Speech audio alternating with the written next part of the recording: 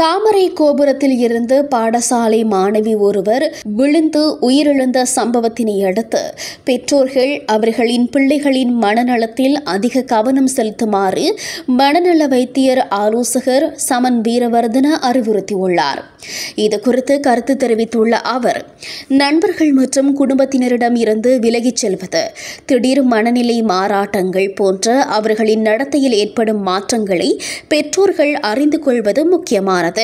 2 வாரங்களுக்கு மேல் நீடித்திருக்கும் சோகம் அல்லது எரிச்சல், பொழுதுபோக்குகள் அல்லது பிறருடன் பழகுவதில் ஆர்வமின்மை மற்றும் தூக்க முறைகளில் மாற்றம், பசியின்மை அல்லது கல்வி செயல்திறன் ஆகியவற்றில் திடீர் மாற்றங்கள் குறித்தும் கவனம் செலுத்த வேண்டும். நம்பிக்கையற்ற உணர்வு அல்லது வாழ்க்கையில் இருந்து தப்பிக்க விரும்புவது அல்லது அதில் இருந்து ஒளிந்து கொள்ளல் போன்ற பேச்சுக்கள் புறக்கணிக்கப்படக்கூடாது. பிள்ளைகளுடன் திறந்த தொடர்பை பேணுவதும் இன்றியமையாதது. பெற்றோர்கள் தங்கள் குழந்தைகள் தங்கள் உணர்ச்சிகளை பற்றி பேசுவதற்கு பாதுகாப்பாக உணரும் சூழலை உருவாக்க வேண்டும். 10 பருவ வயது மிகவும் கடினமானது. பல வாலிப பருவத்தினர் அதிக மன உளைச்சலுக்கு ஆளாகிறார்கள்.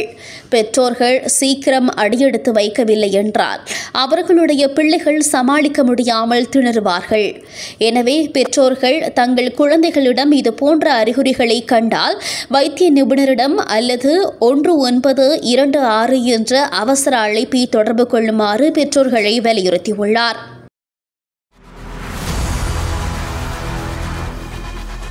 இலங்கையின் முதல் நிலை முதற்தர செய்தி வழங்குனர் வீரகேசரியின் குறுந்தகவல் செய்திகளை உடனுக்குடன் தமிழில் பெற்றுக்கொள்ள டயலாக் வலையமைப்பிலிருந்து REG இடைவெளி வீக்கி என்று பதிவிட்டு 87 960 என்ற எண்ணுக்கு குறுஞ்செய்தி ஒன்றை அனுப்புங்கள். வீரகேசரி செய்தியுடன் இணைந்திருங்கள்.